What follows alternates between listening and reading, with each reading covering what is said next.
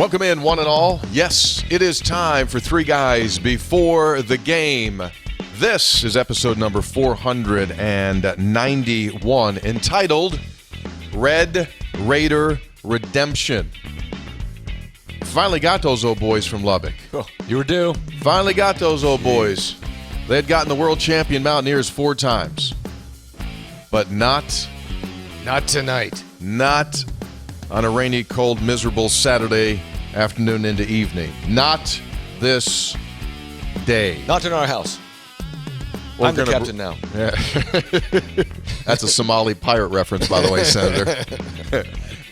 Three Guys Before the Game, episode 400. Mixed in with a little Coach Stew. Yeah. Not this night. Gave a little Coach Stew Somali pirate to open the show. Oh, Hello. man.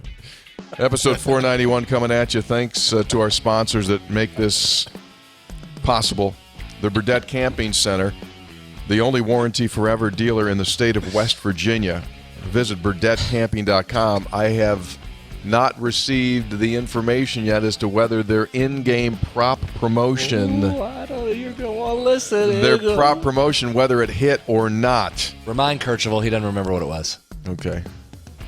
Three Guys also brought to us by Comax Business Systems, keeping West Virginia's business data safe, secure, and efficient for 25 years.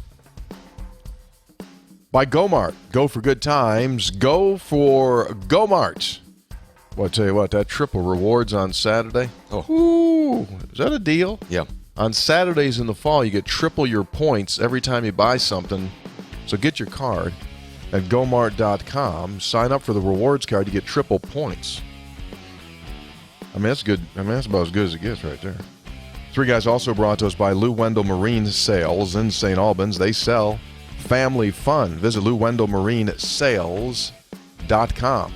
And it is now confirmed that if you ever see James Bond on a pontoon in one of his movies, it does come from Lou Wendell. That is not confirmed. No, someone told me at the food court this weekend.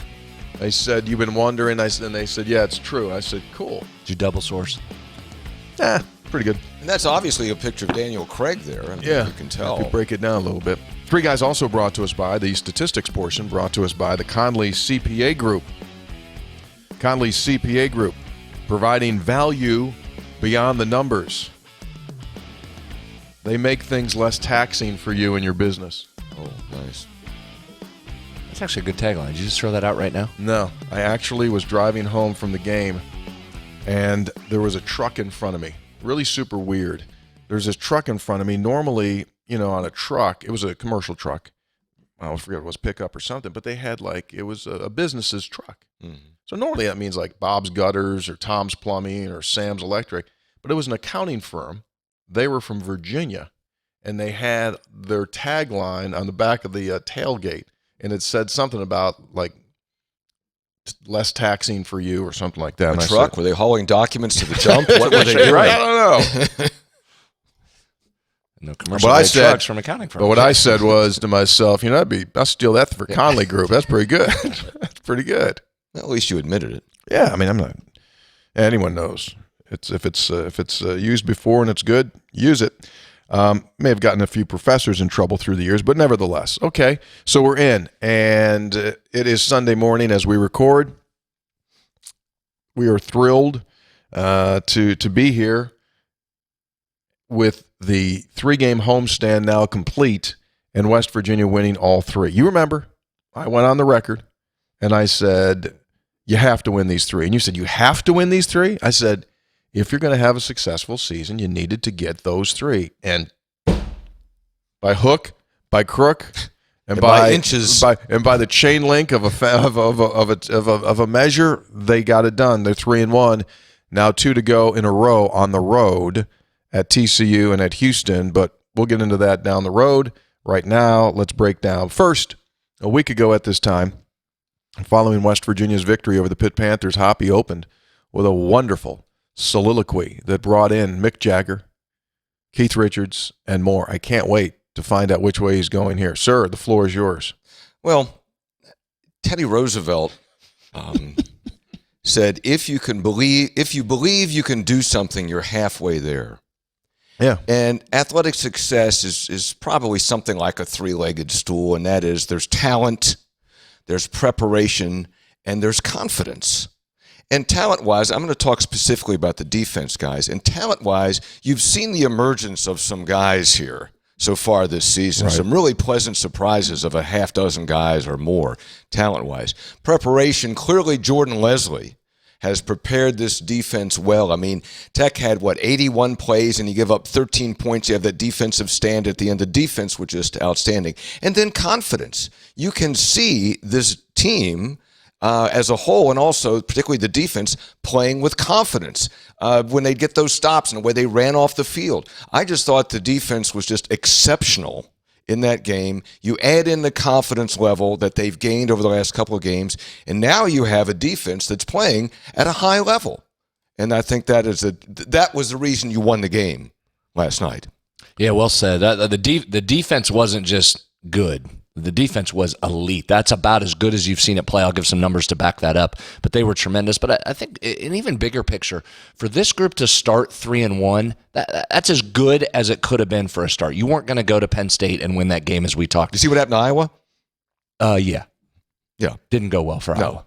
Old Brian Ferentz got a little problem with that 25 points per game, doesn't he? Late in the game, and I didn't confirm this morning, but I had some friends there at the game, Penn State had run more plays than Iowa had yards at one point late.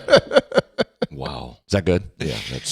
So you came back and did what you'd had to do for 1 month, and I'm not sure it could have been any better. And to do that in the face of being picked last in the Big 12 media poll, in the face of everybody screaming about Neil Brown's job and you got to fire him, for that group to rally together, tune out the noise, step up and beat a Pitt team, your biggest rival, to turn around and beat a team that had owned you for the last 4 years, never mind the 1 year turnaround.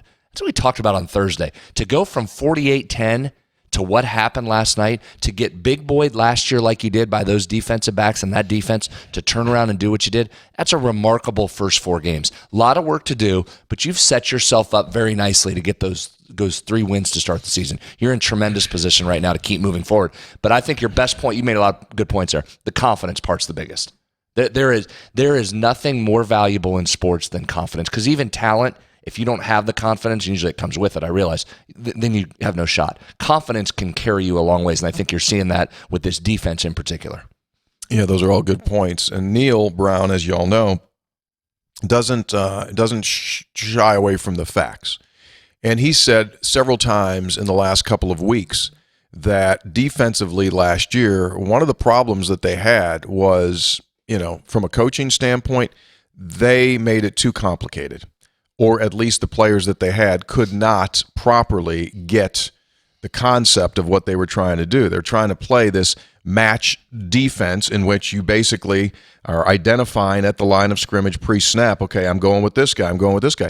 It got to be too complicated. That's why there were such gaping gaffes defensively, guys just out of position. So it's like a zone defense with some man-to-man principles. Exactly is what it right. was.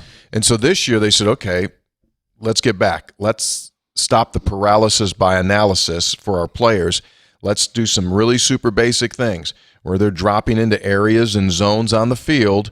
They know where they're supposed to be, and they can just now start to play football. And it's working. Right? And so credit to those guys. Neil mentioned it yesterday on his press conference at the end. We took a lot of heat on our defense last year. And there were some that would say, you got to make changes to your staff. He said, I knew we were okay.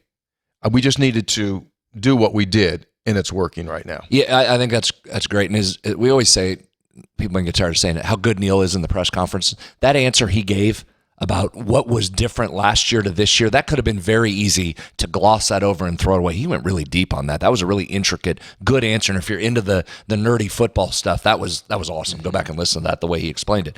But I think that's a couple of things. One, that's what coaching does, right? You looked at what you were doing, said that didn't work. We've got to change it and do something that these guys can do. 1. 2, make no mistake, the personnel differences have mattered too.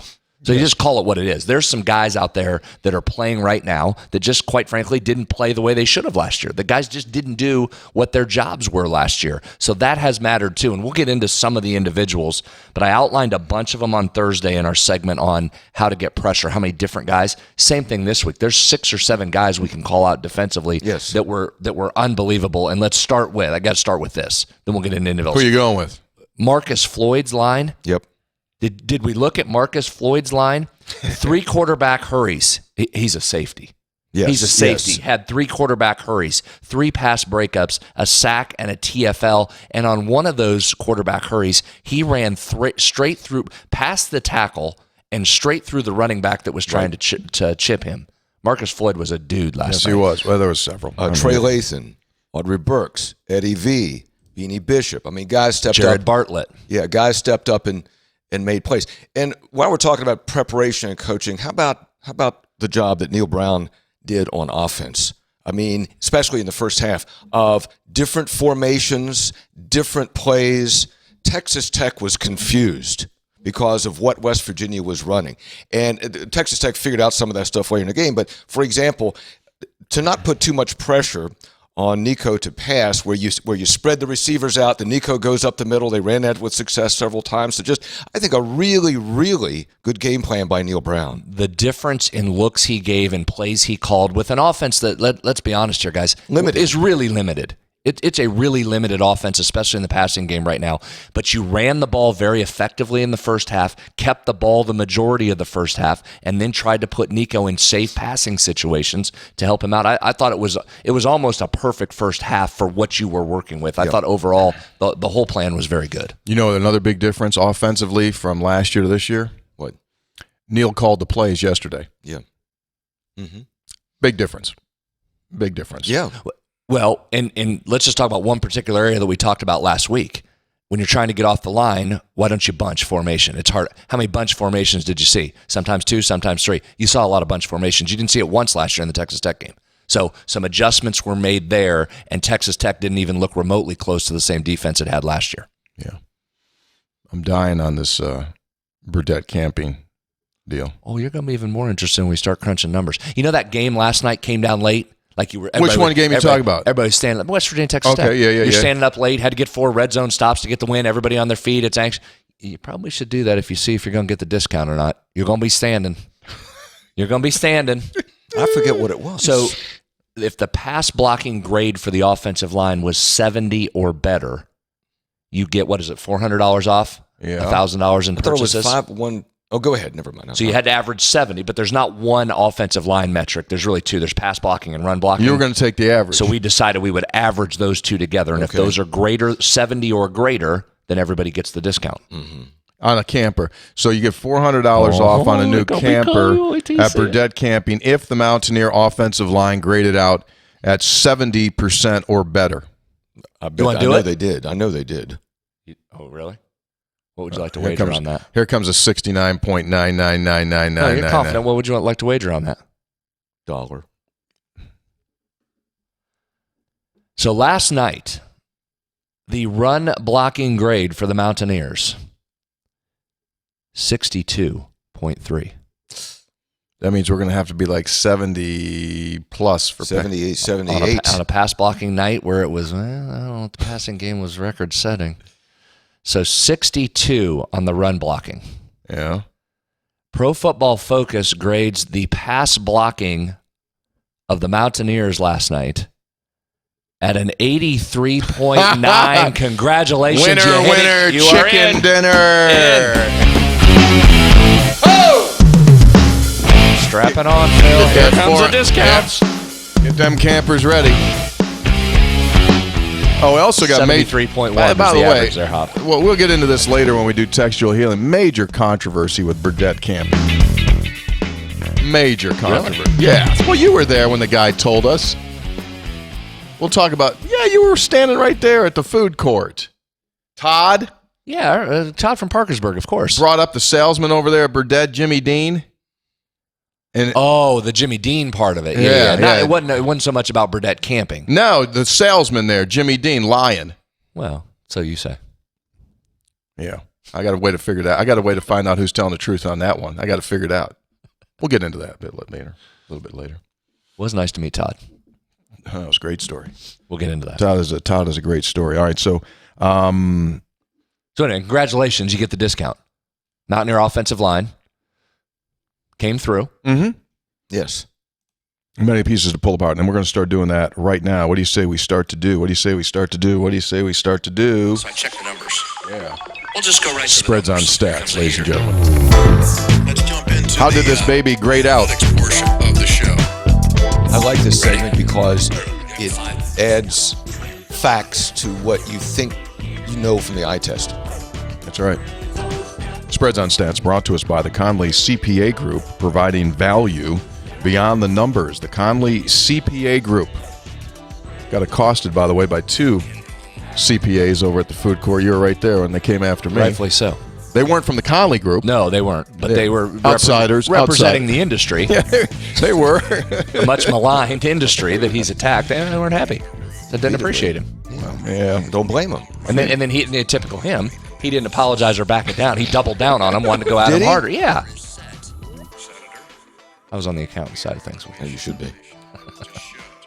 Well, we'll get into that a little bit later on. All right, so I can't wait. Give me the numbers. What did we see? What did we think we saw, and what did the eye in the sky grade it at? Let's do it a couple different ways. We'll go to the just overall grades. You can fire players at me, and we'll come up with individual grades that PFF gave him here in a minute. But let's just talk big picture on a couple of different things here. I gave you the Marcus Floyd stats already. I just thought he was a difference maker. And Hop, you know how we often refer to havoc? Defensive havoc that you allow.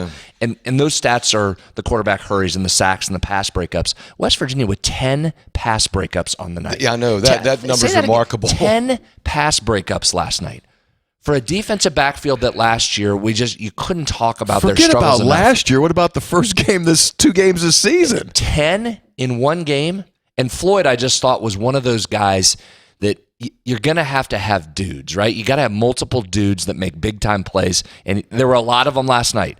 He was really good in a lot of different areas. I thought Jordan Leslie dialed up pressure at the appropriate times. That's something you couldn't do last year because you were afraid of leaving those defensive backs alone in the secondary and not getting home. So I just thought they did a tremendous job. The defensive backs in particular, one of those pass breakups was Beanie Bishop late. Saved the game.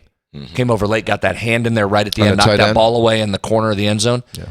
Team coverage grade yesterday for West Virginia was an 86 on a scale of 0 to 100, an 86. That's the second best coverage grade since Neal's arrived here in Morgantown. How about that? Really good. It was. And that, to your point, that's a number that backs up what you saw. You didn't need me to tell you it was a really good coverage night, but the grade backs that up. All right, let's talk about a couple other parts to this. Let's go back and look at what we said on Thursday. We talked a lot about getting pressure on their quarterback was one of the keys to getting a win. We had highlighted Tech's center and the right guard position as potential weak spot. Their center's grade was slightly better than his average. Not much, but slightly better. He didn't have an awful game.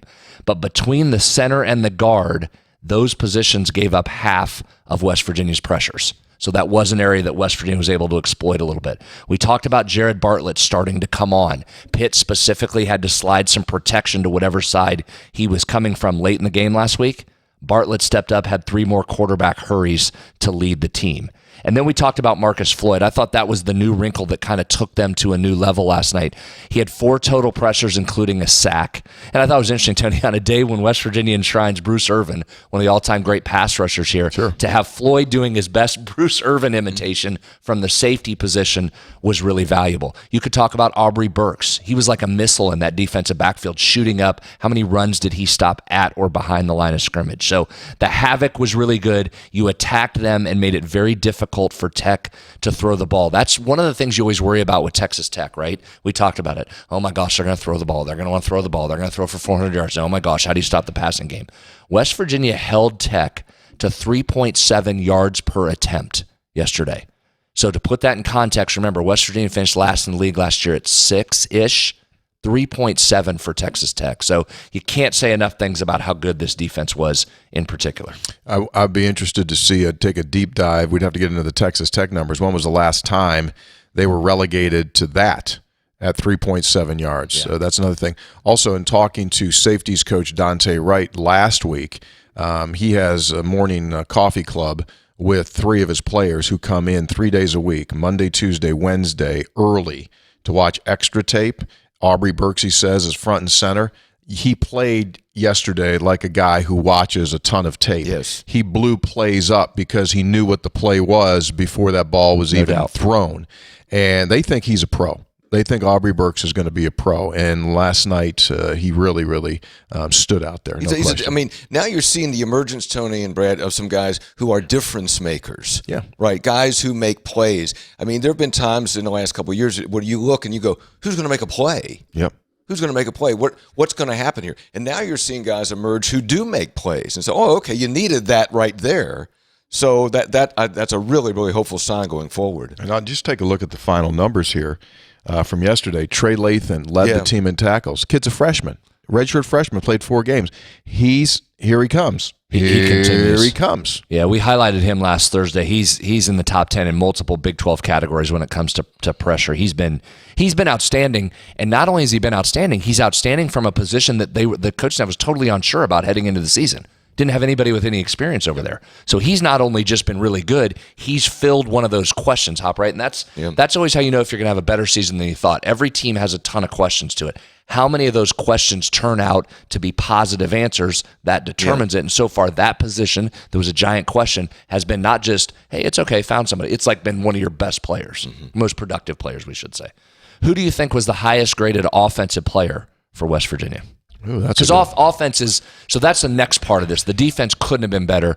The offense, you're just going to have to keep trying to piece this thing together. I'm going to say Cole Taylor. Yeah, I was going to say Cole Taylor. Yeah, interesting. Cole didn't have a great overall grade, but man, he was valuable, wasn't he? Caught another touchdown pass. Yes, and scared the hell out of everyone in the stands. That knee, the way that thing looked. By the way, the new tight end to tight end pass is an interesting play. Traylon like Ray. that. It was just a baseball player just throwing the ball into the infield. Yeah. That's all it was. That was So Cole Taylor now at the tight end position has as many touchdown catches this season as West Virginia's had out of that position in the last 4 years. So you're getting some things, right? More interceptions than you had all of last year. Tight end matters in the receiving game. No, 3 of your top 5 graded offensive players were linemen.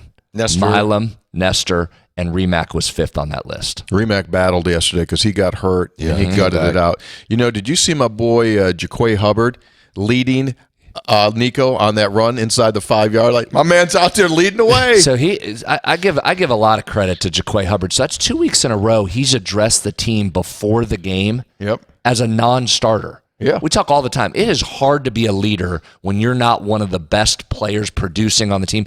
Hubbard's done it 2 weeks in a row as speaking to the team, and then he came in that game and played really well. He's your 10th highest graded offensive player. That kid. You'd love that kid. He's a great communicator. His personality, he's a wonderful kid. We're going to try to get him get him on the broadcast. Just have him come over next year. But he wants to be in broadcasting. Yeah, he does. We talked about this yesterday, Tony, and that is there are so many things you need to be successful. One of the things you need is that you need players like Jaquay Hubbard who are reinforcing what the coaches say, because coaches say things. Some guys get it, some guys don't. It goes in one ear and out the other. They're talking to other guys, they're not talking to me. When players who have the respect of their cohorts, when players say the same kinds of things that coaches are saying, it makes a huge difference. And you're getting some of that this year with guys like Jaquay Hubbard. And stay on Hubbard for a second, because not only are you getting that hop, but you're also getting a guy that did not win the starting job. He's been here for a while and has played a lot of snaps. He didn't win the job. Did he sulk, pout, complain? No. What do you step up? Okay, fine, I'll address the team. I'll be a leader. That helps you. But those offensive linemen continue to, especially in the first half, I thought that helped you win the game. Now, you had to hold on late in the second, but getting out like you did in the first half and talk about confidence, punching them in the face and lowering their confidence even further than it already was. We talked last week, they came in here not sure who they were. Those quarterbacks weren't sure who they were, and that's unfortunate for Tyler Shuck, man. That kid just can't stay healthy, can he? Terrible. I hate to see that. But they were unsure of themselves, and you made them more unsure in the first half. But look at these offensive linemen. Milam 1, Nestor 2, Remack 5, Brandon Yates 7. Brandon Yates quietly is having a nice year sliding into that offensive line, moving over to the guard spot. Frazier 8, Jaquay Hubbard 10 of your highest graded offensive players. Now, the next evolution of this has to be some playmakers specifically at the receiver position. West Virginia's going to have to find some guys, Hoppy, that make, let's start with this. How about just making the easy catches? You can't have a backup quarterback in there who's going to have limited throwing attempts as it is, throw 2 terrific passes that are dropped. One Fox turns and into Carter. an interception. Devin Carter can't have that hit his chest and pop up and turn into an interception. It just can't. So you're not only not making the easy ones, someone's got to help out that passing game. Who's going to step up and make plays? You need playmakers. Otherwise, you're going to end up with what teams did last night in the second half and just put everybody up and say, well, you can't run on us. And as good as this offensive line is, it's going to be hard to move people with numbers that don't match up in the box. You've got to catch the football better. I totally agree. One piece of may I submit just a little defense on Devin Carter on that one? Yeah.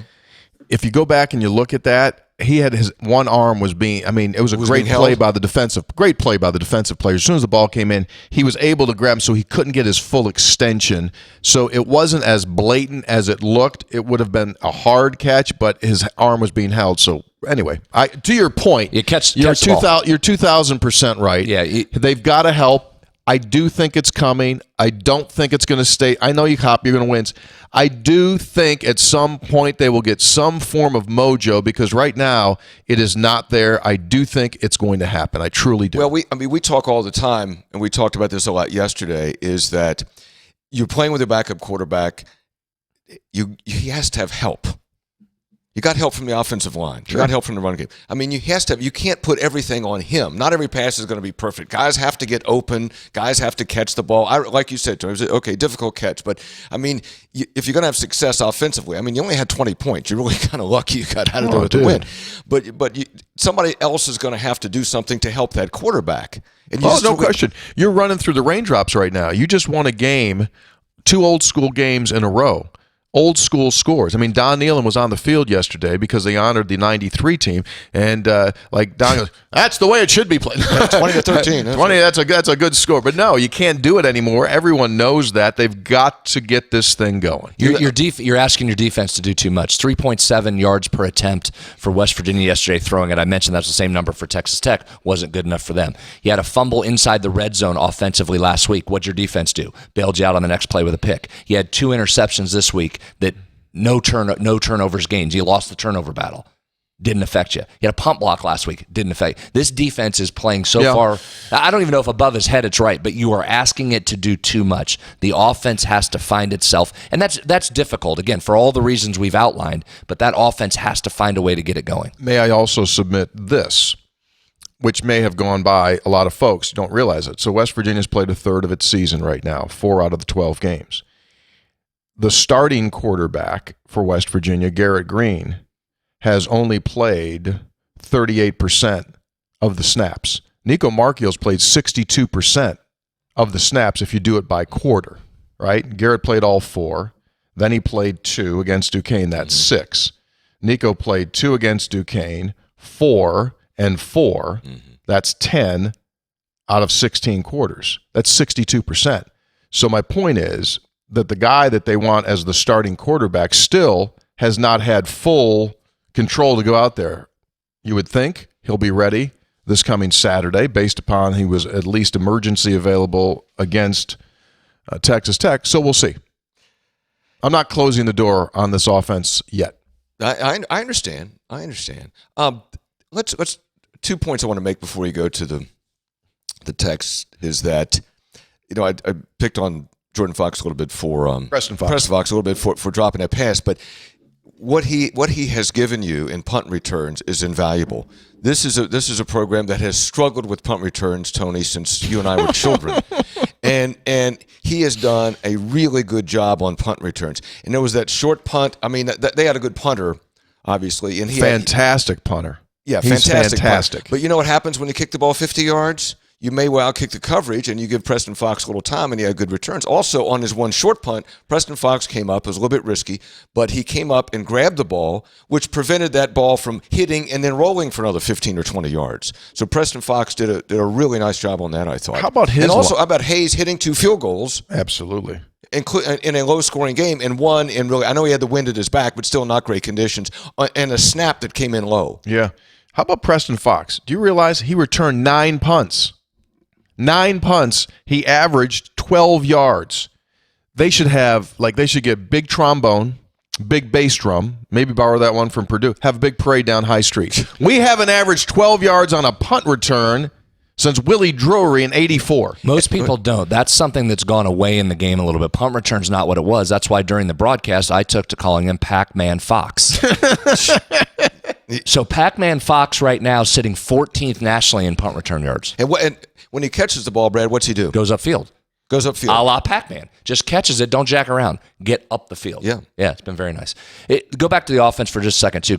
I will credit Nico a couple different things. One, that quarterback draw was well designed and then well executed for the most part. There was one where Texas Tech finally figured it out and stopped May have gone to the well too That's many okay. times. I mean, That's okay keep until doing they it stop until they it. stop Use it till they stop it. Yeah, keep going until they stop it. So I love the calls and continuing to do that. Leading rusher was 72 yards, so he did a nice job in that part of it. Also, I give him a lot of credit after the game. You know, we've had him on this program, and he was a tremendous interview when he was still a recruit. He stepped up to that podium last night. That wasn't the backup quarterback talking. He was a dude. Answered the questions, was critical of himself in the areas where he needed to be, took ownership, spread the credit around to others. I thought he was excellent in the postgame. Yeah, he always is. He's excellent. Excellent. He's developing, man. He just got a booster shot of, as I said, 10 quarters of football that's going to make him mature quicker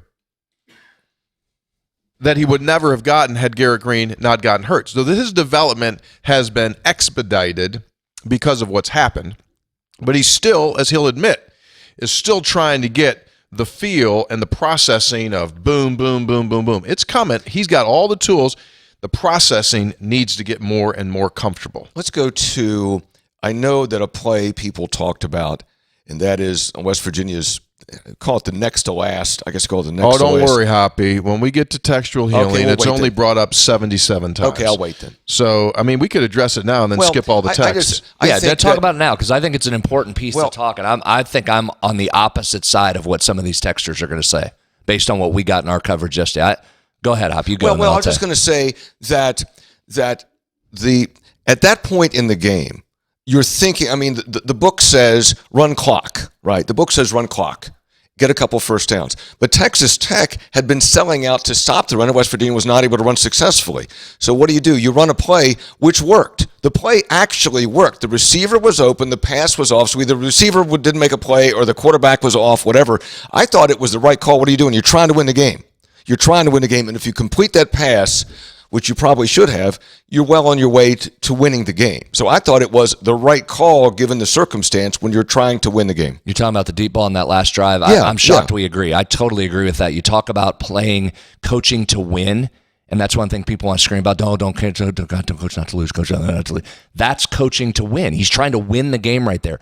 You were averaging 3.2 yards per carry per rush in the second half.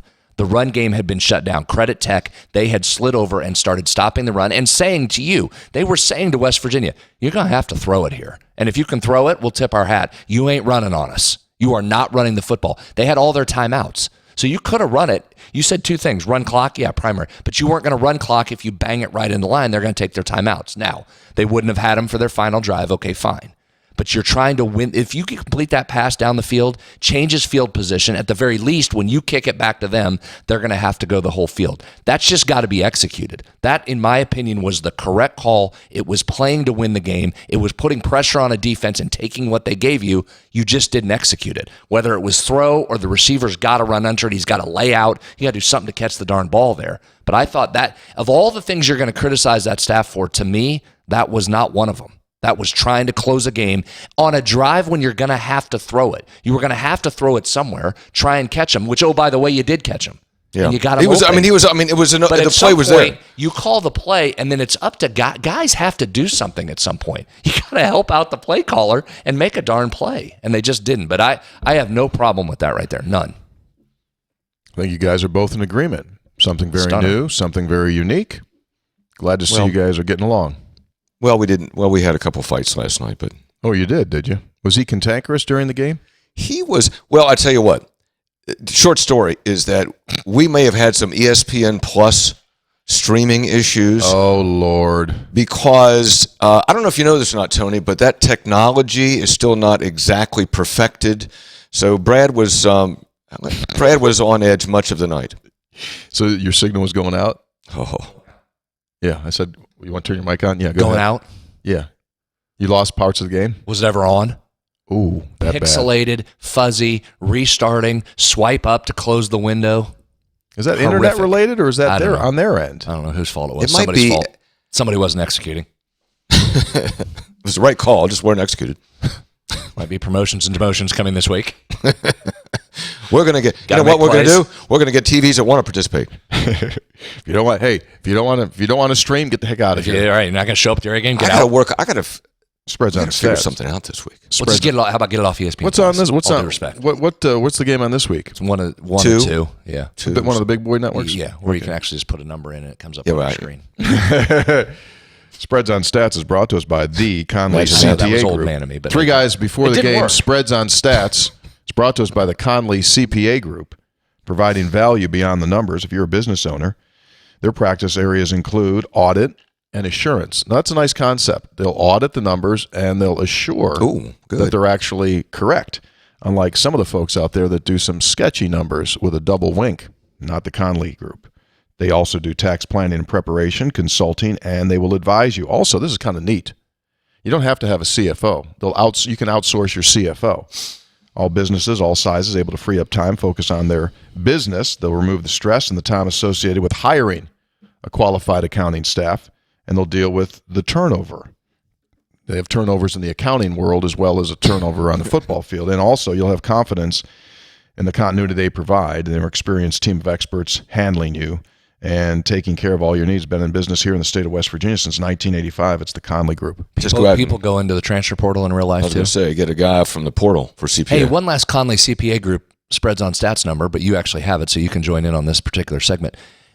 Texas Tech is a barometer game. We got that Right, text that's saying correct, when you beat yeah. Texas Tech over the last however many years it's been, you go on to win, what was it, eight You on win average? On average, West Virginia's won 8 games in a season. The years they've beaten Texas Tech, they've won 5.5 when they've lost to the Red Raiders. Yeah. Okay, interesting. Keep an eye on So that. as someone would say, that's kind of neat. Very good. Causation, correlation.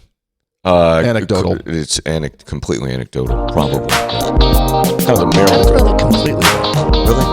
Oh yeah, because I think as we talked going into that game, those are two programs, at least if they join the league, they shouldn't be streaky like that. They should be closer. Yeah. So it probably does have some correlation, doesn't Yeah, it? That if you beat get- that team, it probably says, Well, I mean, Not I would. total, but there has to be I'd say some. no. I would say there is correlation. There is correlation, but there's not causation.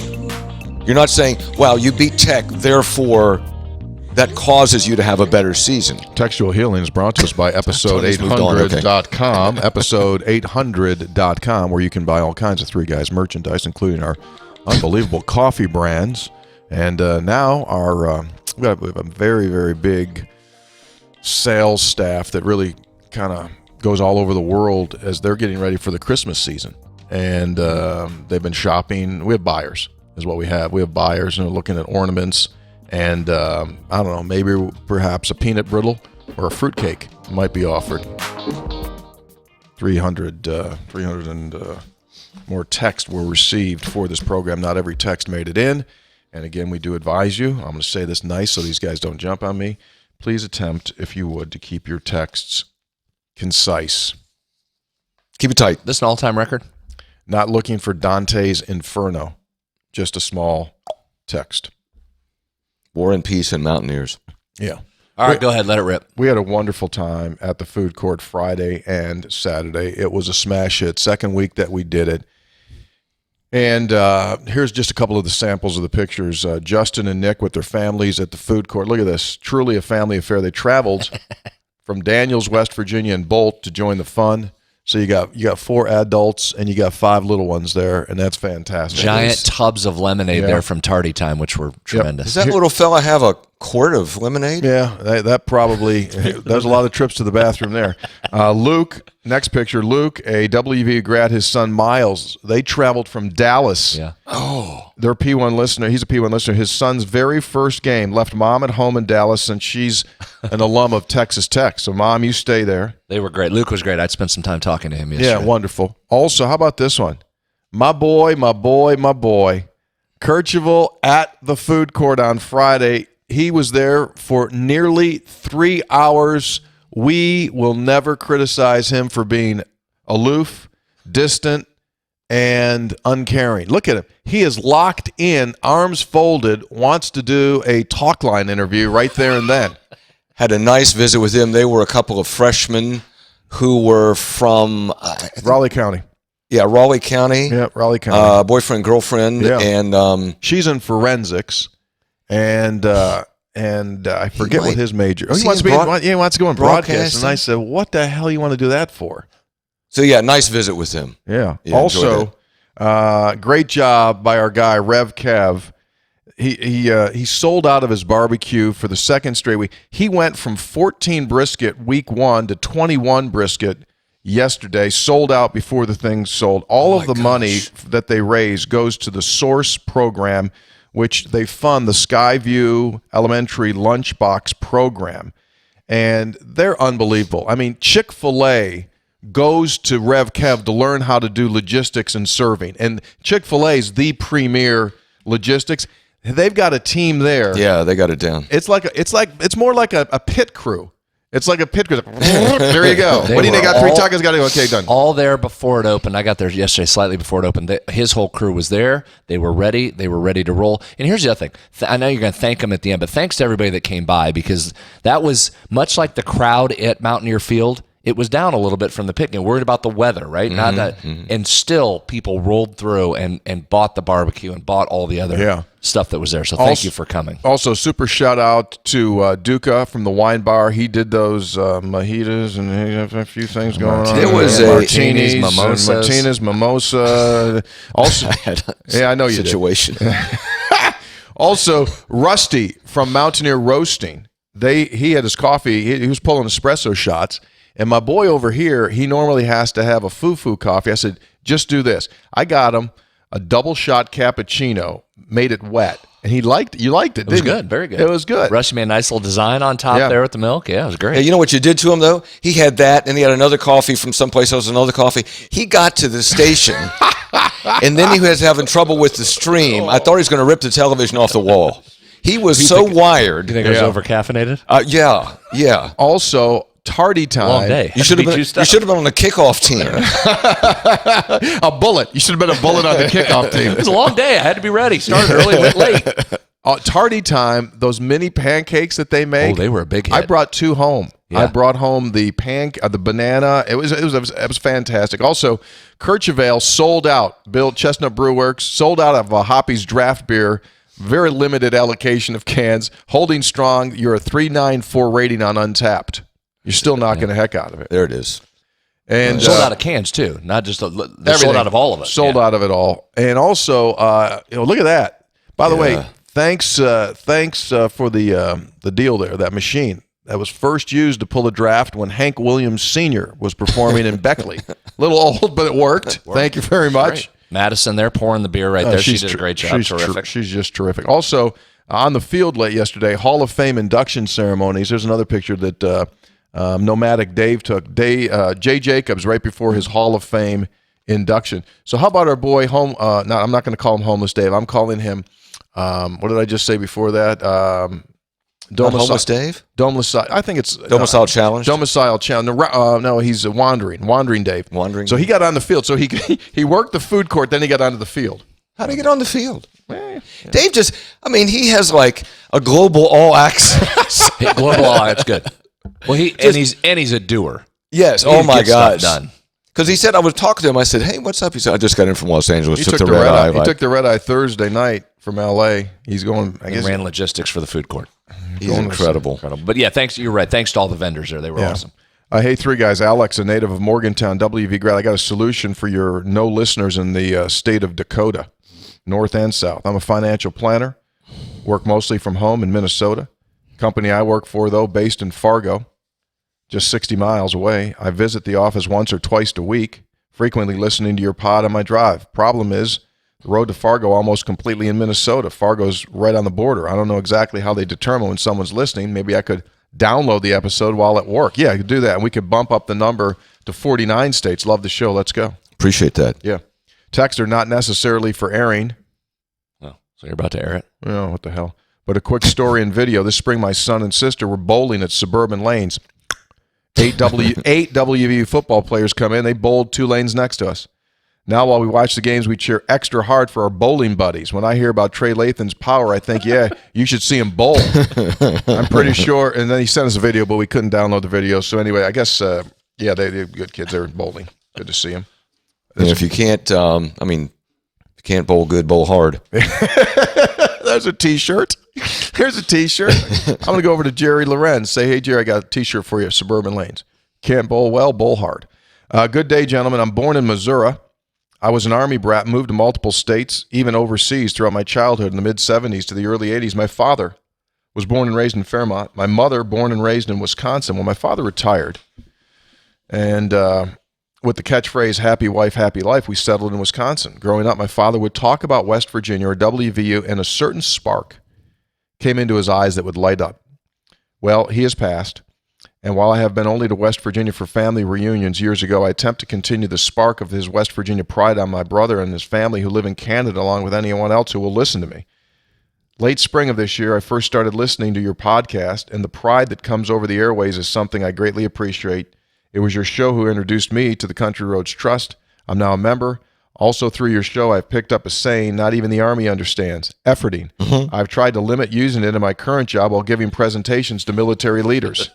Attached a picture taken last night in Norfolk, Virginia, efforting while wearing an efforting blue short-sleeve T-shirt to see Morgantown native and WVU hype man Charles Wesley Godwin. There he is. Oh, so Charles, thank you, and I hope to meet you guys sometimes. Can't say thank you enough. Love, John Clem Carson in Virginia.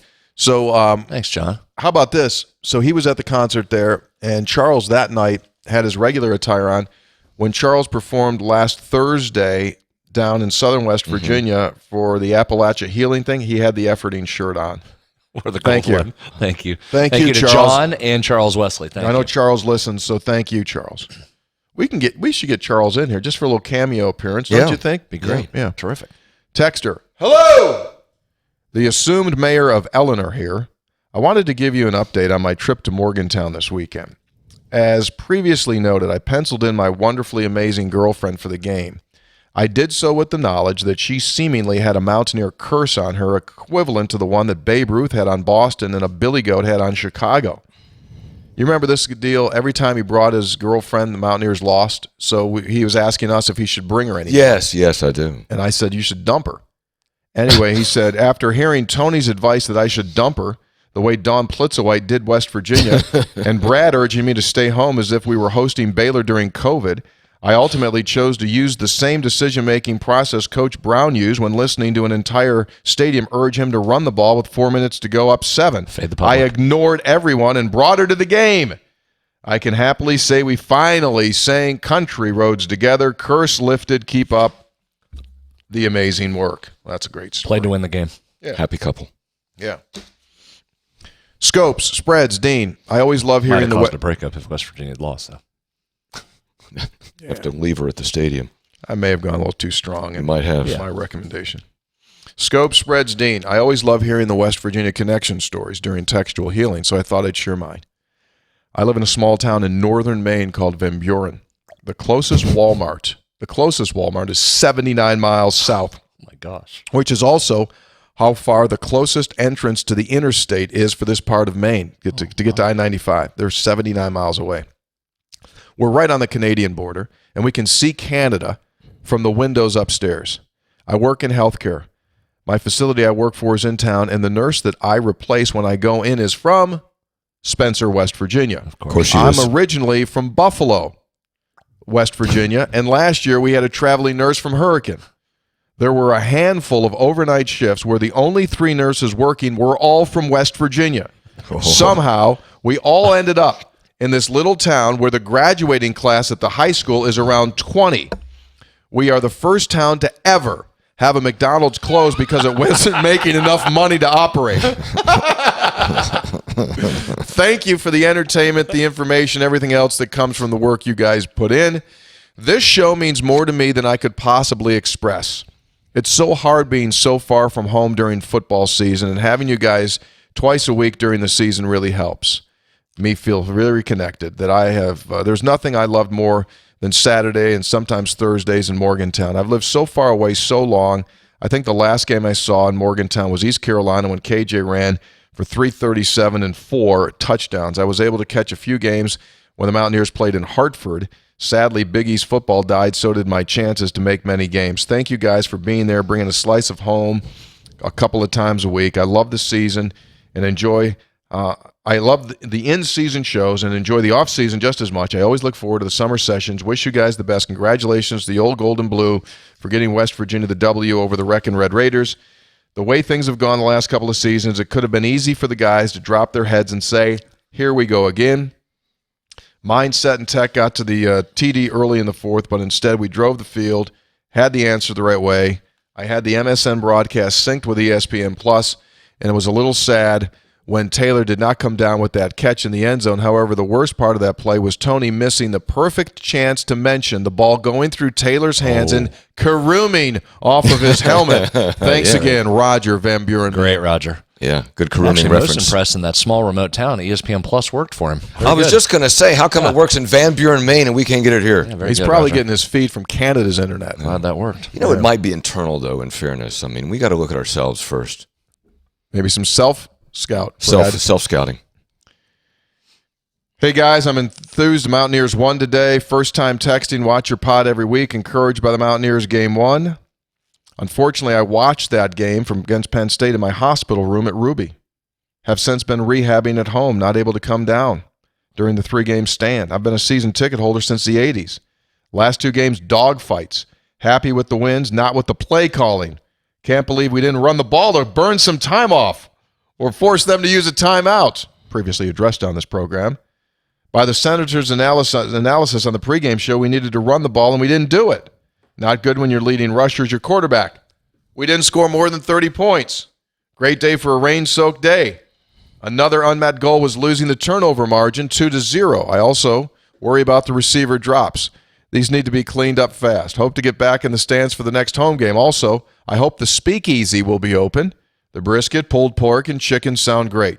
Would love to try the lemonade, but my wife would murder me. I'm diabetic, and a pound of sugar, as you 3 guys said in one glass, would send me back to Ruby. Either from shock or my wife killing me. It's a great day to be a Mountaineer. I'll take the win, clean it up, clean on the other things up above, and we'll win the close games. Ran for 116 yards in the first half when you kind of set the tone for that game. I thought they did a nice job running it, and as we outlined, I was totally on board with the play calling late. That was really good. Griffin from Morgantown, originally from Parkersburg. I'm happy we got the opportunity to stop by the 3 Guys food court. Thanks to Tony for stopping at our table and talking to us. We were at Daniel's working with fine-looking Phil to get our suits for my wedding, which is today, Sunday.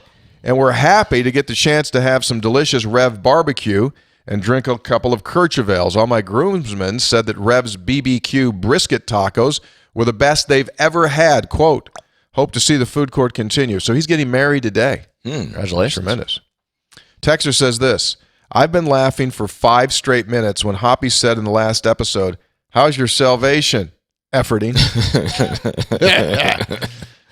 CL in Clarksburg, gentlemen, if you would have told me before the season that Duquesne would score more touchdowns against us than Pitt and Texas Tech combined, I would have said, no way. Holding Texas Tech to 1 touchdown. I don't care if they're the backup quarterback who last year played successfully against West Virginia and won the game. Holding them to 1 touchdown, that is a major, major win. This next texter is starting a movement regarding the Big 12 Conference's refusal to advertise game times in anything other than Central. Refusal. I've started to respond to the weekly game time announcement tweets that they put out with, what time Eastern? and I include at Brett Yormark in the tweet.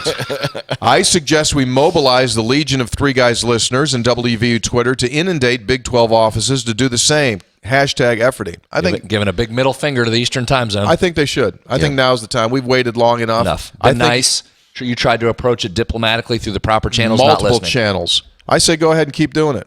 Bang them. Fix it. Quote, text, just said fact out loud when alone in my car when I heard Hoppy's take on mimosas. Nothing worse than a watered-down mosa. Proper way to serve them is to bring out a bottle of champagne and a glass of OJ and let me pour my own. Ideal ratio, 99% champagne, 1% orange juice. My man. Duke could make them any way you want. Duke knows what he's doing. Oh. Duke knows what he's doing. Not his first rodeo. No, he was terrific. That great chef too, Hoppy. Is he? Oh, that's what his deal is. No, I had one. Wife Abby there helping as well. She was kind of multitasking with her full-time job. She was there as well. The dean of the business school was there. Yeah, it was a big event. Yeah, he was there trying. I think he's probably there trying to pick up some marketing tips. I had one of those by accident. I don't know if I it had was one of those. accident. I don't know that it was accident. I had one of those blue things. You didn't pick it up thinking it was water and drink it. That would have been an accident. Well, Somebody handed you the drink and said, "Would you like this?" You said, "Absolutely." It was a martini. You took it in 2 sips. Was it a martini, Hoppy? Yeah. What did it do to you? It just like Made you feel warm and fuzzy? you get to, It was good, wasn't it? oh, it was delicious. it was good. It just So go see Duke at the wine bar. hey. He'll take care of you. had a designated driver. I know. Yeah, Neighbor yeah. Chuck. Yeah. Yeah, Chuck was there. Chuck He was there. responsible. Surprised he didn't have his tool belt on with some work tools. Hello, this is Owen from Beckley, who we just showed his picture with his girlfriend. I want to say thank you for the hospitality at the Three Guys Fan Friday fan event. I told Hoppy you guys are like mythical figures to the people of West Virginia, but you guys couldn't have been more down to earth. Thank you for making a video saying hi to my dad. I've never seen him happier. You guys are the best. Yeah, that was the young man there from Beckley. young boyfriend He's a and journalism girlfriend. major, and his dad is a respiratory therapist. That's right. Yeah. Yeah, so he saves lives. Also, I received, we can't show the video because we can't get it to play because it was sent to us on an Instagram link. But anyway, there was this Country Roads was being sung at this massive beer fest in Germany at an Oktoberfest. I mean, it was like and the people were rocking it. So that was neat. Mike in Parkersburg. Hello. Guys, we just got to keep dragging teams into the deep water and then pulling them under. I like that. We're not going to just roll off from anyone this year. That is Aside just from like an Houston. alligator. Like drag them in, do the roll. That's good. But if we can get teams into a rock fight, I love this team's chances. The O and the D lines are stout, intestinal fortitude off the charts. I'm so rooting for Neil and company. A lot easier to keep the same coach than to make changes, as you guys know. By the way, the Three Guys food court was awesome last week and this week as well, even if Hoppy was MIA yesterday. LOL. P.S. We have land in Ritchie County. Well, Hoppy's not coming on Saturdays. I'm just telling you that because he locks in. He's got a big broadcast to do. But Friday, I thought you went above and beyond the call of duty. I enjoyed it very much Friday. Probably a little bit too much actually, but it was a nice. But I mean, Did you go because you wanted to go, or did Chuck say, "Hey, Hoppy, let's go"? No, I wanted to go. Okay. And I knew that you were going to go after the show. I knew Brad would be there, and I wanted to go, and so I texted Chuck. I said, "Hey, buddy, you want to?" And Chuck had a good time, so it was we had fun. I just wanted to go. What I don't do enough of while I'm there is I'd love to sit and talk with folks more on why they listen, what they like, what they don't like, how they consume it. Don't do enough of that. Well, because a lot of it too is just you're talking to You're them bouncing. about them and who they are, and so which is really great. And it's fun because it's like there's this club or society, and we get to meet the members. Yeah, it's great. Hey, Three Guys, I just watched a Texas Tech podcast. They're calling this game the fight for John Denver's soul. If they feel all that strong about it, we'll never win. We're going to have to steal the statue. Tony, this might be for Brad. Since being governor, this might be for Hoppy. How many WVU football or basketball games has the governor, Jim Justice, attended in Morgantown? I hope it's a great day to be a Mountaineer. I don't know. I don't know that. I don't think he comes to many. And remember, he's a Marshall grad. But I don't know. I don't think many. Yeah, I don't know. Texter, hello. I just want to address the kinder, gentler Hoppy. Tony, don't miss my deadline, Caridi, and Brad, don't mess with my shoes. How? May need to lighten up. As for someone who can do a good Tony imitation, there's this guy in Morgantown that I hear on the radio that sounds pretty close. Andrew something or another. By the way, food court gets big thumbs up from both Mrs. Wayne from Clarksburg and me. Will you do it for the rest of the season? Don't mess with my shoes. That last episode, you wanted me to put my shoes up on the console. Oh, yeah, you got them on again. I know. I just simply said I'm going to pull a hamstring if I do that. Would have limited me. Yeah. So I want to give a big shout out to Joe and Amanda White from Barbersville. Terrific. They were there. Their son Alex playing golf at Cabell Midland. Oh. And Amanda said to me, she goes, as soon as you said that, I totally agree with you. I was worried about my hamstring when he was talking about it. So thank you. But they got to see the shoes. What'd I say? Come to the food court. Okay. So, See yeah, the shoes. it was Just accomplished. didn't want to- T-Dub in Barbersville checks in. Fellas, Cole Taylor is to Mountaineer football what Eric Stevenson was to Mountaineer basketball. Nice reference. Yeah, just an instant productivity. Yeah, like Eric provided. I don't see any noticeable.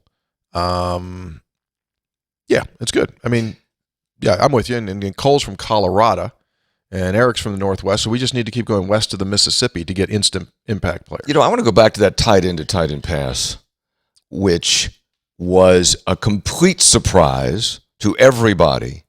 And, you only have a limited amount of time to prepare for a game. And you think, why don't you just run that play? It is not easy to put in something entirely different and execute that play, Brad, successfully. That's not easy to do, and it worked perfectly. Yeah, one of the new wrinkles, brought it out at a great time. Thank God Cole Taylor wasn't seriously hurt on that, because it did not look good the way he was in like a semi-split there. And now you have now the TCU defensive coach is like, oh, crap. I got to be ready for that. Yeah. Texter, Brad, for you, over-under on West Virginia players with a passing completion, lines 3.5. Yeah, you're right at 3 right now. Under. I don't know, you might go over. There might be another wrinkle in there. Gallagher? You might go over. Gallagher could throw over, couldn't he? That's a good line, though. Let's go over. Texter, first-time texter, forever listener. How many pass interference calls has been called defending Preston Fox? It reminds me of Kevin White and David Sills. Defense can't defend him. He's special. I think when he finally gets to play free, he's going to have a heck of a game and a heck of a career. West Virginia got, and of course, all the calls were against Texas Tech were absolutely legitimate.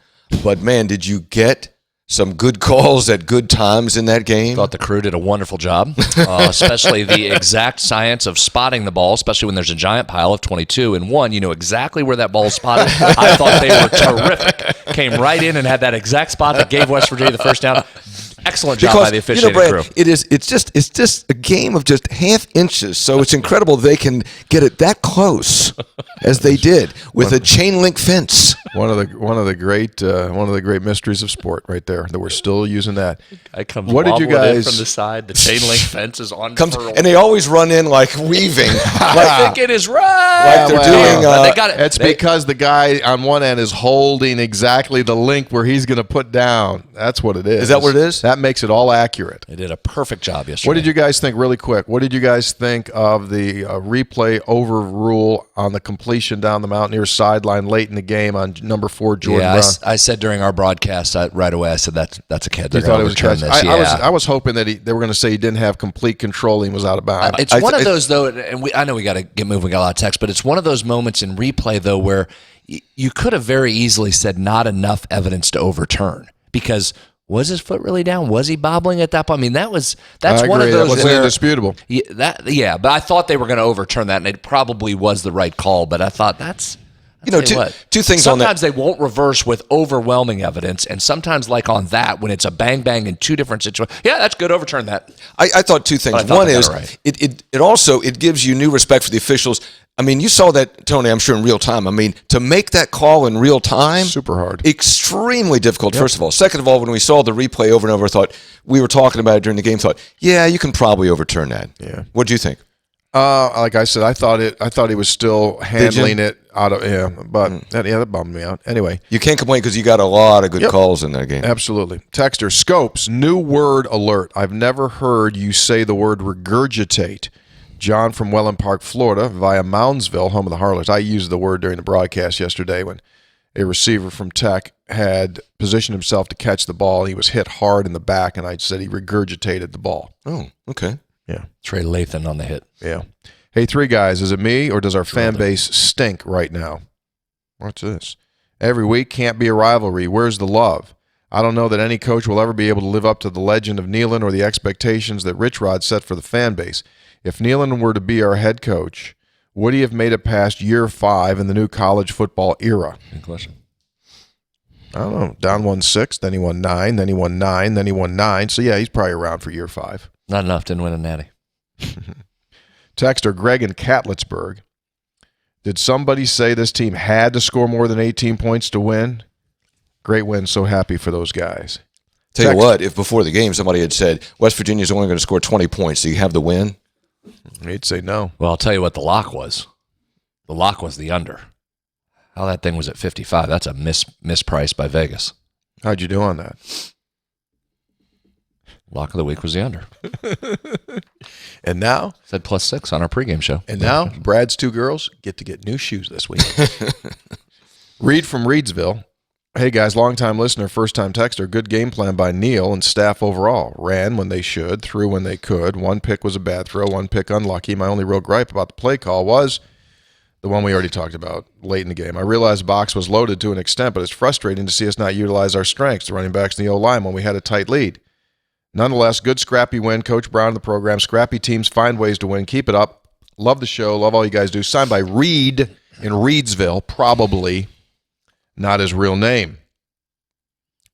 Texter, I recently returned from a vacation in West Virginia's 56th county, otherwise known as Horry County, South Carolina. It must be Myrtle Beach, is there? Huh? It is. While there, I had the opportunity to eat at Flip Flops Bar and grill on the shore. The food good, beverages cold, but alas, no Kercheval anywhere. What made this little pub fun was scanning the dozens of flip-flops that adorned the bar. I came across two that were decorated with flying WVs, and it made my day. There they are, up on the wall there, Hoppy, flying W's. I also spotted a boat at Merle's Inlet that sported our internationally recognized logo. So there's a Mountaineer logo on one of those boats. One matter close to right home. there from Lou Wendell Marine. You know what? Looks like it might be, right? Well, sure it One is, of those? because when Yeah. you go down there, you have fun, and Lou Wendell Marine Sales, they sell family fun. I think that's Visit them at LouWendellMarineSales.com. That's LouWendellMarineSales.com. That may be where they park the James Bond pontoon in Merle's Inlet. On a matter close to home, I respectfully suggest several items for inclusion on your Episode 800 website. How about mud flaps, sippy cups, and Christmas ornaments? Oh, yeah. A deck of 3 guys playing cards could also be part of it, but instead of the customary King, Jack, and Joker, have the faces of you 3 clowns. Thank you. Fair. Okay. Who's show? Who's the Joker? Fair. That's Gail from Martinsburg. Jim the Poet Laureate checking in. Last week it was Mick and the Stones. Today, the great songwriter Dee Snider of Twisted Sister. We're not going to take it. No, we ain't going to take it. We're not going to take it anymore. Keep up the good work. Get some horned frogs. Nice song. Twisted Sister Great reference. song. 3 guys, I got a dilemma. Oh, this is kind of wild. This is for both you guys. I love listening to Tony while watching the game at the stadium, but I also like to hear Brad and Hoppy, the rest of the crew, and how Coach Dunlap breaks down the game. Is he back from fishing yet? This week. He's not been with you? He'll be I back have this a week. request resolution for said dilemma. Can Metro News breakdown during the game be recorded into a podcast? If it was recorded, then I could go back and re-watch the recorded game. I can sync up the Metro News comments and see the breakdown as the game takes place. I'd love to see or be able to hear both broadcasts. Signed by a P1 listener. Probably not. Can't even get ESPN Plus on. Thank you. I don't think Thank you we for can. wanting to listen, but don't- I can't believe get me, ESPN Plus on. Can't 9 record. 9 hours, 9.5 hours without the game. You add one more thing, and the whole thing will collapse. Almost did yesterday. A lot going on. Texter, please forgive any grammatical or spelling errors as I'm trying to get this in under the 6 a.m. Central Time deadline. As a lifelong Mountaineer fan, this weekend was a top 10 all-time. Friday, my girlfriend and I connected with 2 of my buddies to start our adventure. John, who I've known since first grade, and his former roommate at Duke, Mike, came in from Baltimore and Atlanta, respectively. This has become an annual visit, with Mike never seen a Mountaineer loss in Morgantown, ever. We had a wonderful time at the food court. We actually got to chat with all 3 of the guys Friday night. What a great event. The rest of the weekend has been food, beverages, tailgating, and finally standing in the rain with friends to sing Country Roads. There they are, Hop. Okay. Yeah, just great. Just guys, we're seen by the world on TV. More tech soon. So there they are on TV. And go back to that one picture, Luke, the previous one. So both the guys on the end are Duke graduates. Okay. The gentleman on the left is a psychiatrist. Oh, we could use him. The gentleman on the right is a life coach. Oh. Both Duke grads. And they were really impressed that I knew Duke was playing Connecticut this weekend. And then Jimmy, our boy Jimmy Smallridge, who you know Jim, Charleston, Yeah. does wonderful things, Mountaineer Food Bank board member, Yes, and the yes. whole thing. So there you go. Thanks. Great to see you guys. I had to do my Don Cricky. I was like a trained. Yeah, there they are right there. They battled through the rain. That and props to those who I know it was a lousy day, and props to those fans who came and stayed. I mean, it was kind of nasty there.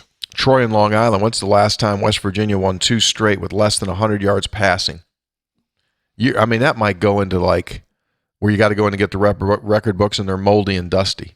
Here's another one. I'm not sure if it ended up this way. I have to check. I got the stat sheet somewhere. That Texas Tech might have had more 4th down conversions than 3rd down conversions. Oh, yeah, when it wasn't That's close. true. 5 of 8 on 4th down, 2 of 18 on 3rd. Yeah. A gentleman who identifies himself as Lost Creek from Lost Creek. Can we finally be seeing the climb paying off? Also, I finally had a Kirchevale. Good stuff. Texter. If anyone didn't make it to the food court the past couple of weeks, what are you doing? Jolie and I had a blast, had too many awesome food and beverages to list. I don't want to give Brad an aneurysm, but I think Texas Tech brought the Lubbock, West Texas wind with them. It was really whipping in the stadium. Love the event. Everyone's hospitality. Go Ears. There you go.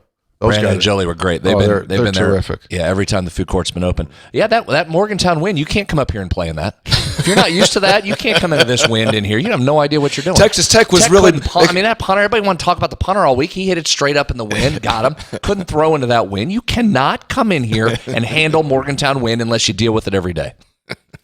Thank you, Brandon. You're right. Seth from Parkersburg watched the game on his phone in a Margaritaville bar. So there you go. Have a big cocktail. He let his family have the tickets. That's why he stayed back. This is our boy Jason in Tulsa. Remember him? Had that horrific leg injury. Yeah. Stepped into that big gopher hole. He's back 100%. He says, alert, alert, alert, in-game text. Well, we're down 2 turnovers, but still winning by 10 at the half. What's happening? And what's going on? Also, what is happening? Tony, I think your Sean McDonough impersonation is becoming unintentional because it was applied mid-game to Lee Koba with the tackle, and I love it. You do that. You know that? What's that? Just unintentionally slip into. Do you know you're doing it? No. What was the stoppage of play on the Brady sneak? And then we actually got the spot by a single subatomic particle. Has the tide turned? Has the world gone mad? No penalties in the first half. And who in the world is calling these plays and formations? This is amazing. Hashtag my opinion is worthless. And then slowly, he writes back after the game, slightly lower alert post-game text. Woo! There you go. Texter. Hello, Scopes, Dean, the Dean of Drink and Daniel's best employee. It was good to finally get a win against the Red Raiders. Neil definitely needed that. Hopefully we can keep the momentum going next week and get Green back to help spark the offense against the Frogs. What I would really like to say is I feel like the Episode 800 website needs to carry 3 guys' decoder pins similar to the ones on the movie A Christmas Story. That way Tony could give out messages for us listeners to decode each week like Ralphie. Seriously, though, I love the show. Always look forward. Can't ever seem to catch them when they're on live. LOL. Let's go Mountaineers. Not Hoppy, Howe, or Hugs and High Point. And there he is. There's this decoder ring, and it says, see that, Brad? He had a thing Is written there a down. code there? Yeah, there's a code there. Medallion. Did you see Fine Looking Phil was at the food gathering on Friday? Yeah, he had his tape measure on his neck. Yep, came down Saturday too. Saturday, was he there was Saturday sitting too? there Saturday with his tape measure around his He neck. told. I'm sure he told a great story about Zach Spiker and Jay Wright about going clothes shopping. No. Never told you that story? Do you know this story, Senator? I do. Jay Wright come in? No, what was it? No, what was the story? Brad, do you want to tell it? No, I'm not going to tell I know Matt Painter one time split his pants or forgot his suit, and he came over and got his suit before they played Mountaineer. himself. By himself. He came over Why himself. wouldn't he? Matt Painter did. Why wouldn't he? That's great. Texter.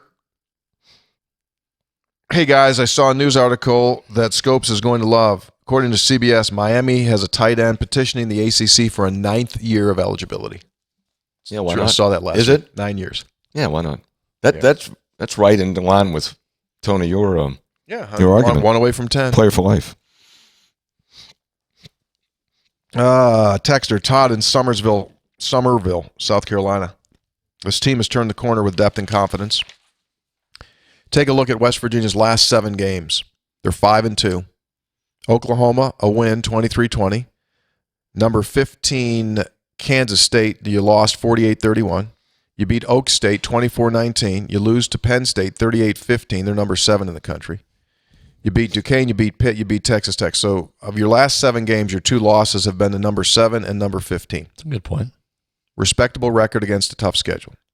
That's good to put that in perspective. Texter, Jim in Clarksburg, West Virginia's allowed 1 TD in their last 8 quarters. That's impressive. Ooh, it is. Yeah, it's real good. Texter, hey, 3 guys, Jordan in Morgantown. Gives me hope. Maybe this team's just different. Am I the only Mountaineer fan watching, seeing the missed opportunities offensively, and watching the fourth quarter unfold thinking I've seen this movie before? Tech's going to go, score, then get 2 and win, and we're going to be left thinking, what the heck happened?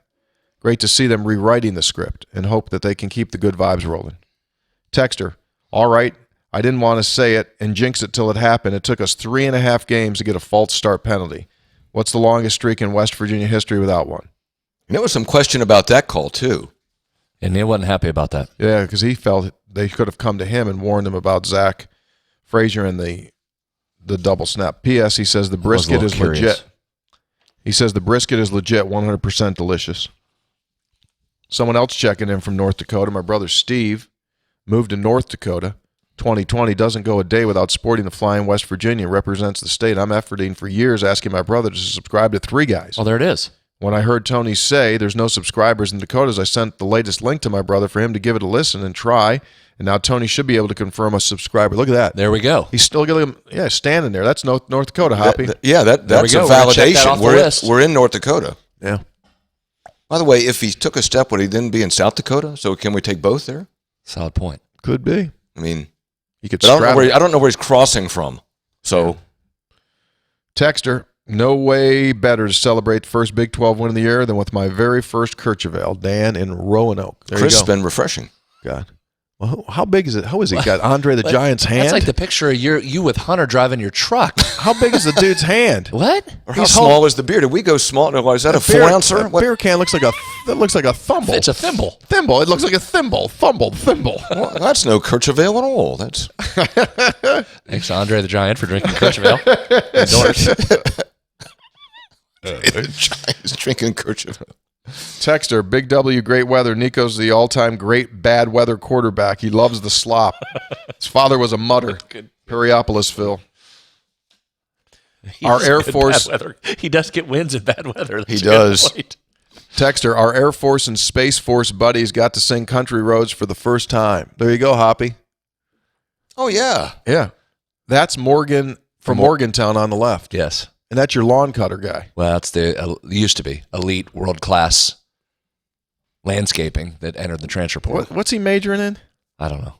That's Friday. All I know is an elite landscaper. He's had a very bright future. Those are some people. I can only assume grad school came in with a hell of an offer, NIL one, just pulled him away. Yeah.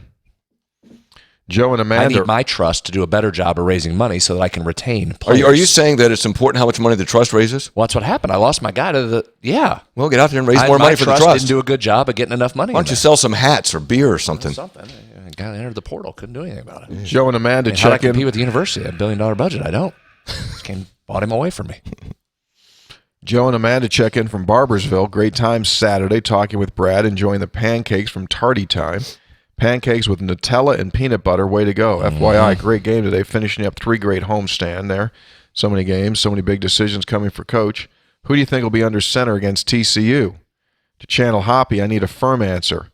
Markiel or Green? Confirmed answers only. Looking forward to 3 guys rooting on Cabell Midland golf at the regionals. You were talking about those folks. It was Alex that plays for Cal Midland. So that's probably, was that Joe? Joe White? Sent that in? Hey, bring up, Luke, the picture of me and Brad and the dude with the gold hoodie on that I sent you late. Todd. There he is. What a story. Tell that story. Great story. He was the first one there yesterday morning. Just came walking in, had a chance to talk to him. He's got big lemonade right there, Hoppy. Yeah, I see that. Yeah.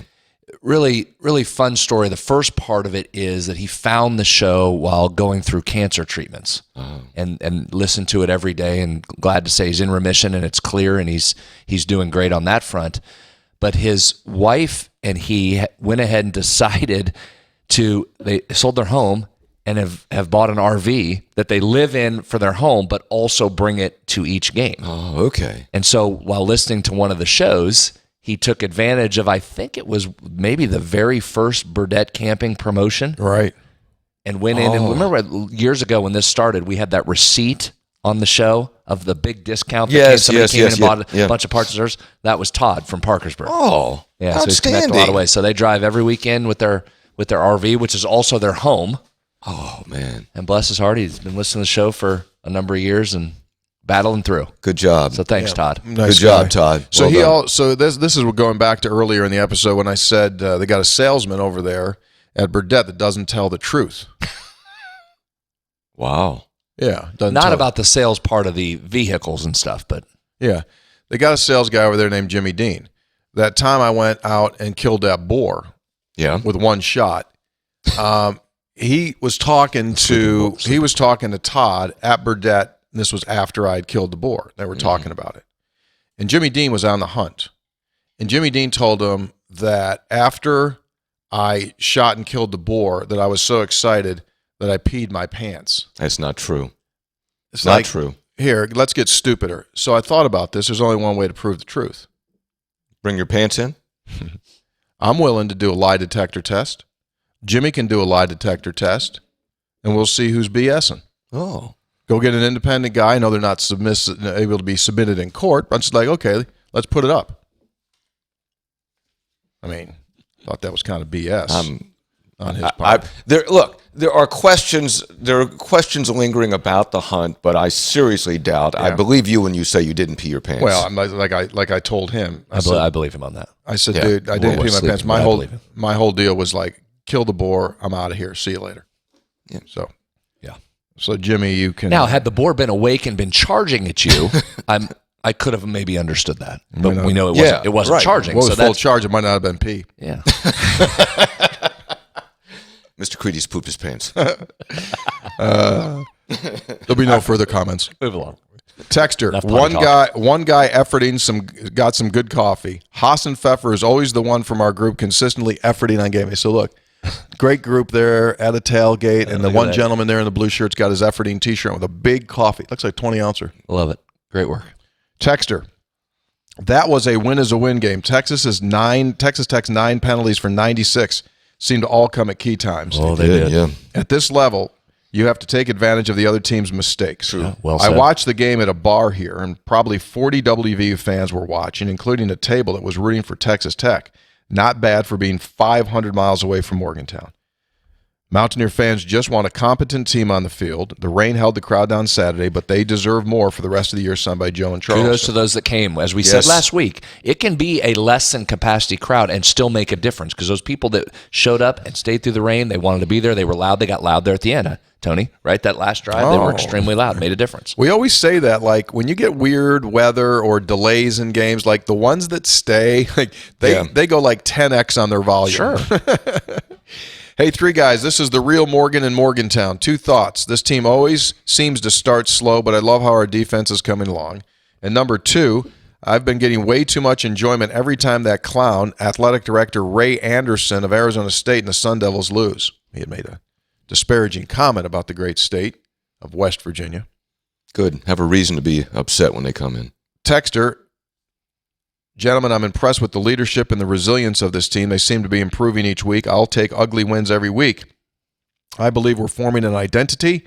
We play hard every play. What do y'all think of the identity of this team, Mason and Mason County? So far, it's hit you right in the face. Yeah. Punch you right in the mouth. Which Neil Brown stressed, the coaching staff stressed, that they wanted to be tougher than they were, and so far that's proven to be true. Jim in Morgantown wrote a text about that last possession where West Virginia threw it. We addressed it. Charles in Wyoming. So when you score a TD with 1 second left to go up 2, everyone knows you take a knee on the point after try instead of risking a block and return the kick. What's this? It's the Ohio State game. Okay, fine. He's right, but doesn't matter. And those of us holding a +3.5 ticket, we're thrilled. Thanks, Tony, for getting the game broadcast back in real time. Would you please admonish Hoppy for going total steam release on fans for not coming to a 50-degree game with rain and tropical force winds? I was there. It was miserable. Look at the poor lady, Hoppy. She's trying to get her tent up. All of a sudden, she's about ready to set sail into Monongah. A poor lady? Good work. I don't think he did. I didn't think I I don't did. remember him. Yeah. Maybe someone that sounds like you. Oh. No, what? Scope spreads Dean. Here's my good, bad, ugly from the weekend. Good. Food court. I took in some brisket to my tailgate. Everyone savored it. Asked about Rev Kev. Safe to say I'll have to bring his brisket to all future tailgates. Bad. The weather sucked, but I stayed until the bitter end, even as I put my poncho on over my efforting t-shirt. 3, ugly. Stats were all over the place, but what I call an ugly win is still a win. My game ball goes to the defense for all they did throughout the game. Signed by P1 Jennings and Dunbar. P.S. Still perfect attendance on all 3 guys' events. Thank you, Jennings. Did you see him? I didn't get a chance to see him this week. I did not, but glad he made it by. I couldn't stay as long Saturday because of our broadcast. Had to get over because I knew Kirchhoff was getting nervous, wondering where I was. You had to get the ESPN Plus. I need 7 hours to get ESPN Plus up, so I had to get over there early. You were beside yourself. Sean in Athens, 3 guys, while listening He to was so mad, I didn't have to be mad. You know what I I've been in mean? those situations where like this person's doing enough. Yeah. I'm not, He's so aggravated.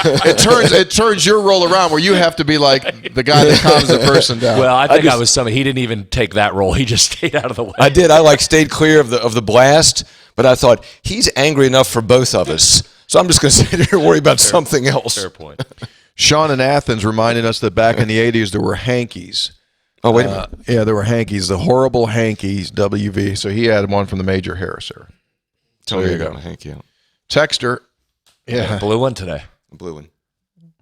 So we're going to sell those Those things. germs just going back in his pocket.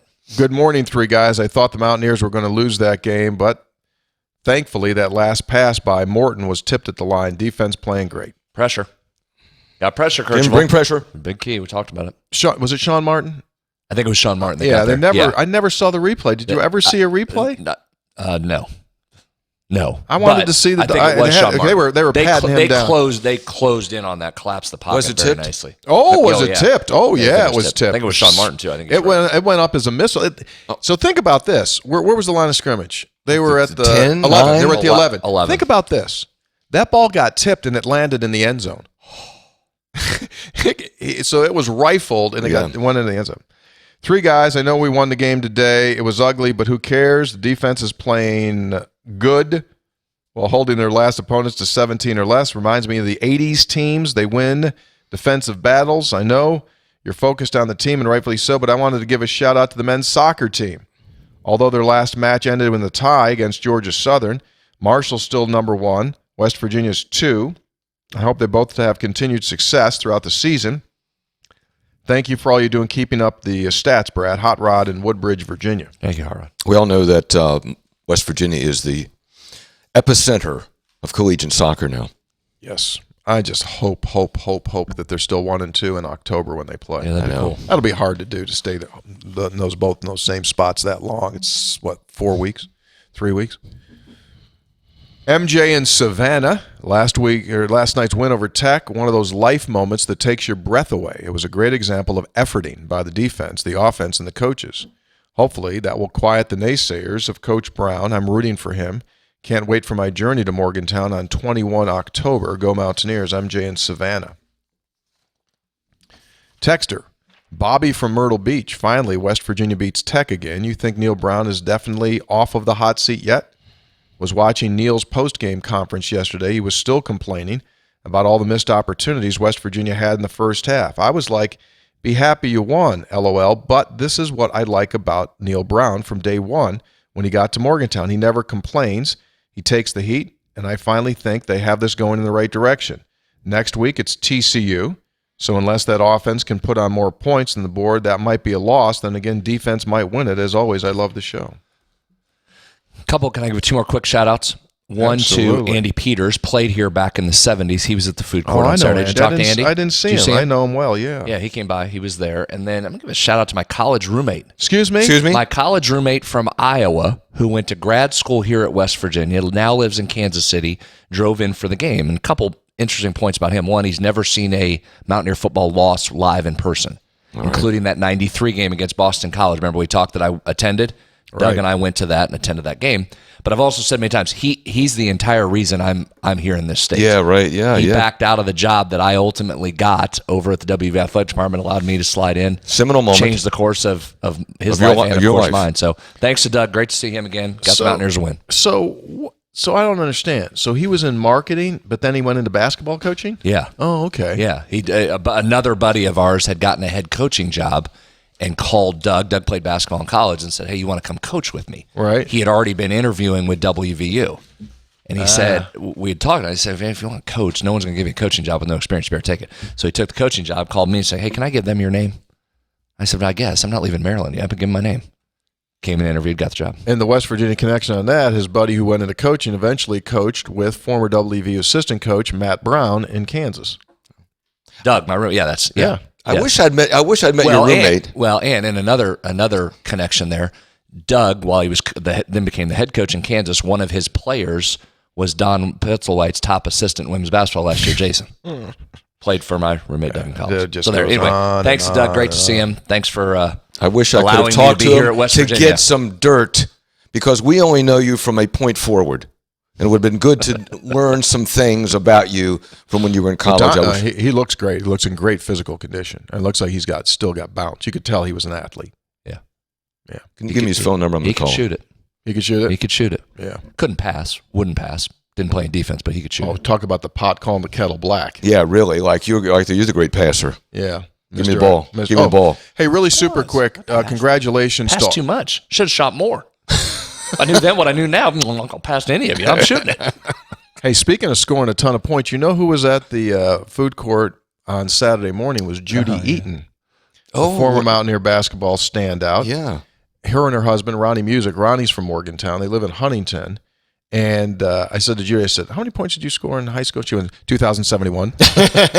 She was fun. I talked to her for a long time. They were great. She's a hoot, and she was on with Georgianne Wells and that group of Kitty Blakemore, and it was great. And Was that the Sweet? No, that wasn't the Sweet 16. I think they made it to. They had a good run. I forget what it was, but her husband Ronnie, who played Legion ball here in Morgantown for Dale Miller, While you were doing the PA. while I was doing the PA back in the day, he loves him some Kercheval.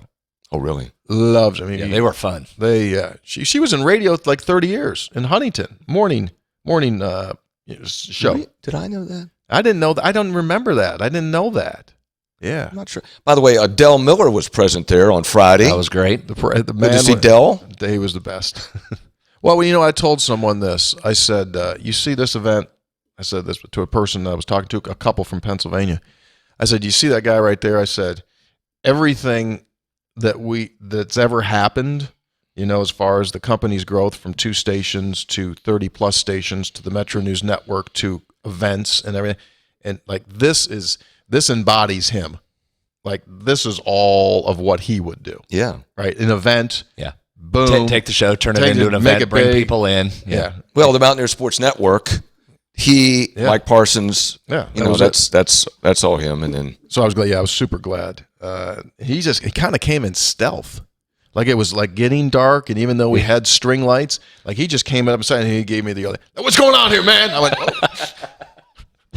That was great. Well, and again, thank you to everybody that came out. That was another huge success. The businesses that were there that were thrilled that everybody came, and appreciate y'all coming the last couple weeks. absolutely, it's been fun. It was all good. So Is that it? Is that it for a tailgate? Well, we're debating now. You run into The weather? Why do you do that on the air? Why do you do that on the air? We're about to close the mics, and you could have very easily held that for 30 more seconds and then asked him. Now he's probably going to promise for the next home game 3 basketball games and 2 baseball games. Why did you do that? You know better. That's a fair point. Where it's under advisement. There we go. Yesterday weather sucked, right? And so, but it didn't really hurt us because the really didn't get crappy until the afternoon. Yeah. But now you got to roll dice. We're going to be back in 1 month. Now, we could come back in a month. It could be the most glorious fall day with beautiful leaves and 65, 70 degrees. And we're going so. Yeah. It's I think know. what we got to discuss. We probably need an indoor facility, a bubble. We probably need to put I shouldn't have said anything. We need a practice facility. We need an indoor practice facility. I mean, you know those coaches, they always say, like, I mean, I don't know are we how you want supposed us. How do you want us to win national championships? Yeah. We don't have all the facilities. We need an indoor practice facility. how do you want us to get ready if we can't do it? And yeah. Can't prepare in the element. Got to be inside. Can't get our work done. Does Daniels have any space? Well, we're using their space right now. we see. Their outdoor space. We'll have to consult with Nomadic Dave. Who knows by then? Oh, Dave will get busy on it. Yeah. You know where we could? To be determined. Efforting. You know where we could have it? Where? We could have it downstairs. It's too small. Downstairs only holds about 75 people. Well, that's about what you'd get, don't you think? We can put the food vendors down there. I mean, it takes us a space. How are you going to get a food truck? Shell building. I'm sure. Caperton indoor facility. I'm sure they'd be happy to see us. We'll work on it. Boy, 3 guys before the game brought to us by GoMart. Go for good times. Go for GoMart. Get that rewards card, ASAP, triple points on Saturdays. 3 guys brought to us by the Burdette Camping Center, the only warranty forever RV dealer in the state of West Virginia. Take advantage, $400 off if you buy a camper right now. Just tell them 3 guys sent you because the O-line graded over a 70. 3 guys brought to us by the wonderful folks at Comax Business Systems. They had representatives at the food court. Oh, did they? A couple of Comax people there. I love those guys. And they did confirm that that was the Comax blimp over the pit game. Keeping your business data safe, secure, and efficient for 25 years. It's Comax Business Systems. They can come in, remote monitoring, and a whole lot more. 3 guys brought to us by Lou Wendell Marine Sales in St. Albans. They sell family fun. Visit LouWendellMarineSales.com. And Spreads on Stats brought to us by the Conley CPA Group, providing value beyond the numbers. We're back on Thursday. Special thank you to Luke Rousey, our producer, the Mountaineers, and TCU on Saturday. We'll talk to you on Thursday. See ya. Be good.